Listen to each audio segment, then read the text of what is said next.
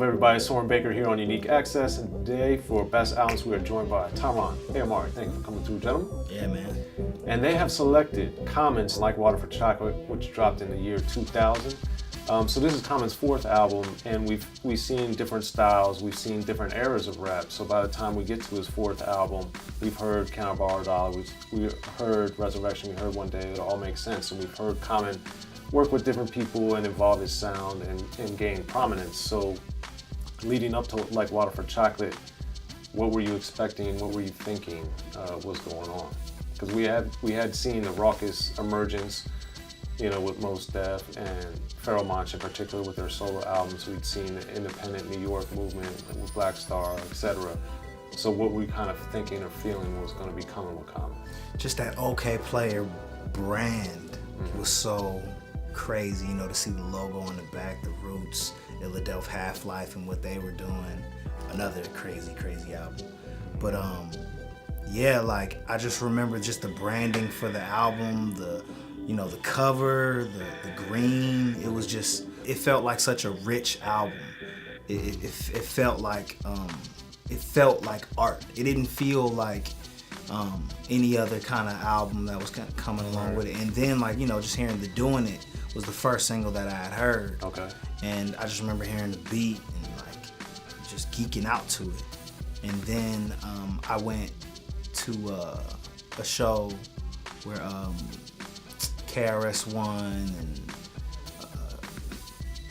this group Burning Star at the time and Medusa, and they had rocked at UCLA, and Common came out as a special guest, and he was waving that same flag, that green flag, and I just remember kind of just geeking out, yo, the branding for this album is really crazy. Not at the time, but I was just mesmerized by the colorway and the color scheme. And then obviously when the bootleg came out first, and I was just listening to it and listening to the intro, Time Travelin', and then JD did pretty much every joint, D'Angelo with Geto Heaven, and the story, a song for Asada, which kind of was the culmination of the whole album to me. Right. Especially with seeing the cover, and then it felt like the song with Lauren,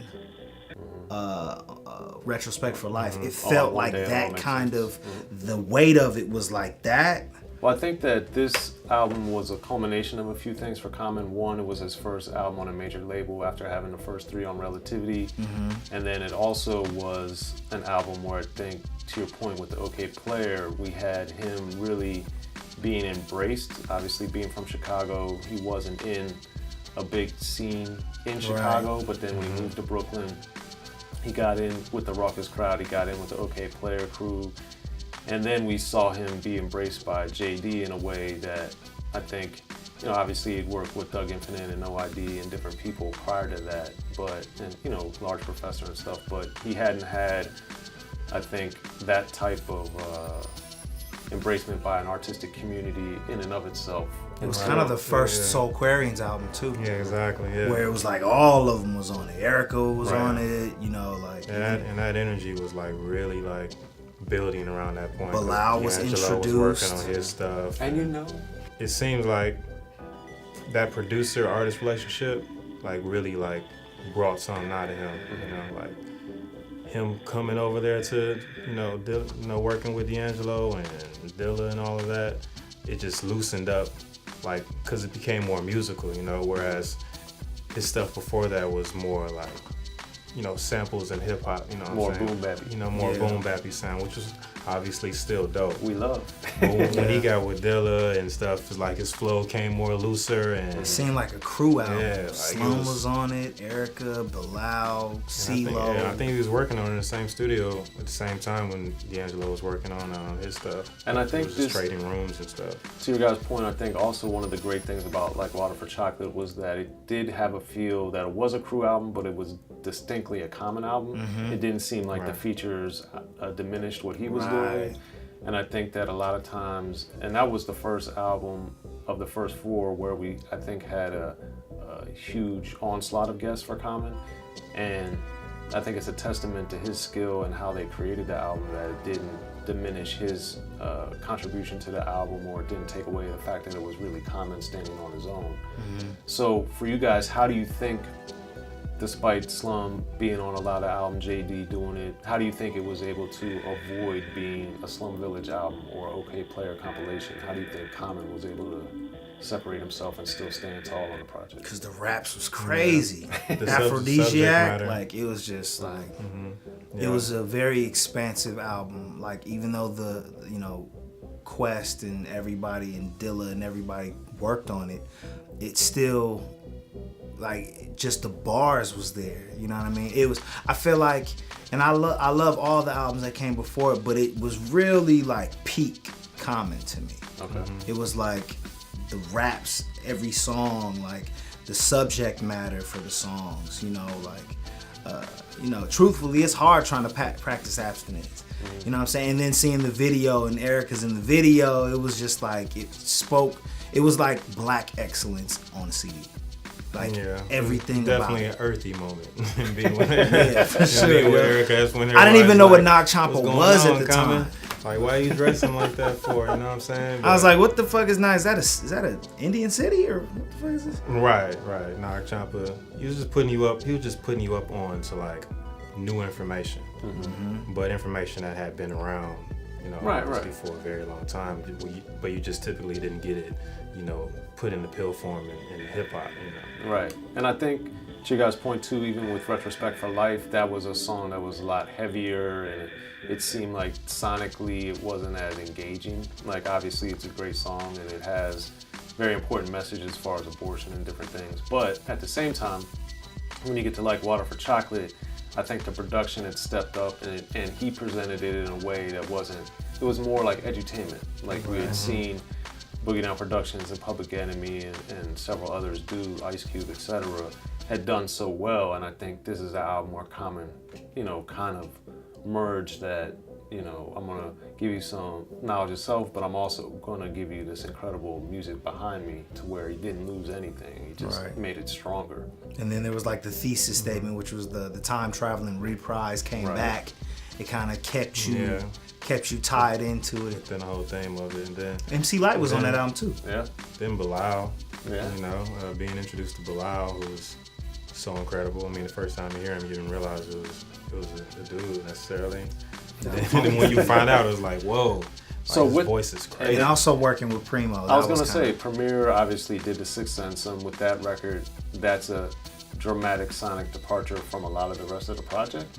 So for you, when you guys were hearing that song, and that was, I guess, the first big song as a single and video and everything that really came out, how do you think that was able to fit in to the rest of the project sonically and thematically? I think one Bilal singing on it. Okay. It felt very, it was very black. It was very, it had that weight to it. In front of 2-inch glass and Arabs, I order fries, inspiration. When I write, I see my daughter's eyes. I'm the truth. Across the table from corporate lies, immortalized by the realness I bring to it. If Revolution had a movie, I'd be like, it just had so much. It was just everything. I can't even explain it. Like it was the perfect, it was a perfect single. You know what I'm saying? Like it was, to me, it was stronger than Doing It. And I also thought too that it was Doing It was good for like the breakers and the DJs, but like for the rappers and the people who was listening to the bars and stuff, that was. It didn't sound like anything else. But I also think too, the great thing about it is this is the year 2000, and by that time, as you guys are well aware, like scratching had really gone away for the most part, and it still is gone. But to have a single and to have Premier like scratching on it and cutting, I was like, man, this is like a, it's such a great song now, but then I was like, it could have fit in, in the golden era where people were doing that on every song. I also like the fact that Bilal was singing on top of the scratching instead of just having the scratching, which is what they would have did back in the day. Especially having the Primo records, like, we don't need that. We don't need a singer. Bilal colored it, and it was like, oh, this is. It was like how you wanted to hear it, Right. And then obviously now things have changed with our relationship with Cuba, but when you're hearing the song for Asada and different things and learning about her, journey. I don't know how much you had known before that. Nothing. Okay. So then what is it like for you when you hear a song like that and just get put up on a lot of information? Because when I was a little kid, you know, I would learn a lot through rap. So I feel like Dead Prez also came around. They all kind of came around the same time. So just to get put up on, you know, just to hear music, especially hip hop, the stuff that we all grew up listening to be educated by it, Right. and then, you know, like learn about certain kinds of things was. Yeah, I mean that's how it should Used to be. You know? look at the speaker like it was a screen.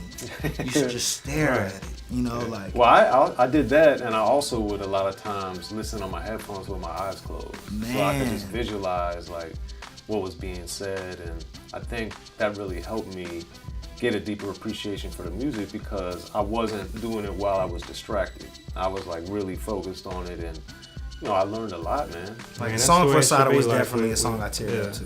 That's, I mean, with music, like that's the best way, probably one of the best vehicles for like information. You know, teaching somebody something because you're diffusing their defenses. You know, because they're just vibing to the melody at first when they first hear it, and like, okay, I get this, and then you hear the raps. If you're in the rap, like, man, he's really rapping, and then you start getting into the words, and then you start getting into the subtext of all of that stuff. So, yeah. And then ended it again with Pop's rap. Genius. Right. Rest in peace. And I think it's great too because obviously there's a lot of talk about no good dads and a lot of talk about no good parents in general. And then for Common to have his dad on his projects, I thought was great. And, you know, to have this inspirational voice kind of in the album. So, like, for you guys, especially as black men, like, what did that mean? Or did it have any extra significance? Or, like, it just had, again, like, it was that black excellence community working with all of these amazing artists. They are sharing the same space. Nobody's stepping on each other's toes. Everybody, it's like they're sharing the sonic scape.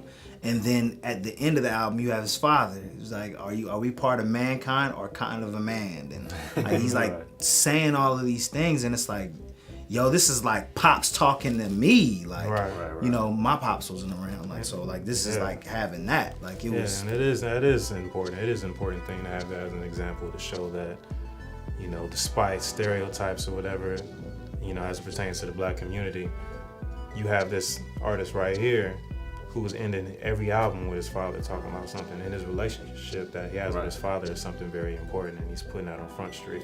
The other thing is, too, tied into all of this is I feel like with like Water for Chocolate and with the Soul Aquarians and with OK Player, I think that we saw someone with Common who's a supreme lyricist, but then also was able to make an album that was very obviously technically excellent, but it had a lot of soul to it.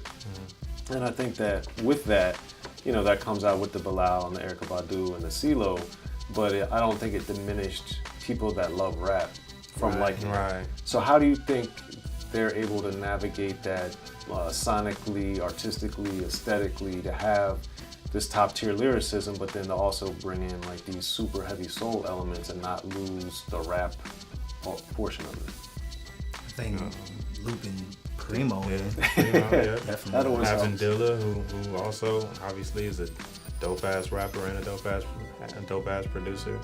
Very musical. Like, you know, he'll take something and chop a sample and make it sound like it's alive, like it's all live. You know, like having those elements, having the roots there. I feel like generally, like Common on the previous albums that came before, it was never really the soft guy. Like he was always kind of like, you know, in the streets. You know, it's a frantic situation. Like he always kind of had that edge to him. You know what I'm saying? So I feel like they kind of just added the color to it and allowed it to kind of, you know, just give it like a cohesiveness that hadn't really been seen on the other albums to me. And I think too, we've seen this in rap with, even though a lot of people don't talk about it, like with LL Cool J, Bigger and Deffer. You know, that was produced by the LA Posse from LA, and then obviously it's more famous with Ice Cube with America's Most Wanted having the Bomb Squad. But here we have an album, a dude from Chicago working with a dude from Detroit and people from Philadelphia and Dallas and Atlanta. And we have this kind of cross-mingling of all these different influences and sounds and styles that we hadn't gotten that much, I don't think, to that point in rap. and I think it really was able to have this like gumbo effect of, you know, really bringing out so much of all the artists involved. And I always thought that was something that was remarkable about the project.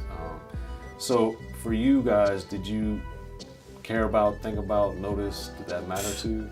Hell yeah. I don't know if there was a dope recruit in Soul Aquarians. Okay. Because at the time, you also got to remember that just at the time there was a lot of what they would consider bling rap. Right. You know what I'm saying? Like there was a lot of, you know, flashy, shiny suits, all of that kind of stuff. Yeah, I mean, that was the end. You know, Puff and all them had gone, Yeah. but that was Cash and Money. And then you had Eminem in Cash '99, Money. Yeah. so it was like it was definitely a place where like, you know, they had to click up and do that Voltron move and just kind of smack. Like Soul Aquarians was the Voltron move. It was I felt like it was very necessary, especially with, you know, the Things Fall Apart. Was that '99 too? That was 99. Like, you know, it was like that kind of started it all. It was like it was very necessary to kind of form like Voltron. Like, okay, well, the industry sounding like this, we gonna have to click up and really like show people that soul music is still in, because it was kind of getting written off for a minute. You know what I'm saying? Like Afrocentricity was dead. Thing of the past. You know what I'm saying? Like they said. Yeah, and I think that's, you know, an amazing component of the project. So now looking back, what do you think makes like Water for Chocolate a best album? Like what's the pinpoint? What's the legacy? Why is it so important? I think for me, just the period in which it came out in. Like not only was Common like at peak rapping level, but everyone that was involved with this album was like at peak, like in their careers. You know, like they're in their artistic expression, and the fact that they were able to, like you said, come together from all these various places and find that commonality in their music and blend it so well at a time when a lot of people weren't even making music that sounded like that, you know, and resurfacing, bringing that neo soul that mixed with, infused with, you know, like high level hip hop. Like that shit was like an amazing period in time of music, and all of them were dropping classics at the same time. You can also listen to it from top to bottom, and they still play The Light. The Light, which we haven't even discussed yet. Yeah. Which I think this was the song. Not only is it a positive song about two and arguably four women, but it also, I think, established Common, you know, in a different light, to where he showed he could do. Everyone knew him from everything he had done before, but now I think he showed a different dimension artistically. It was like I used to love her on steroids.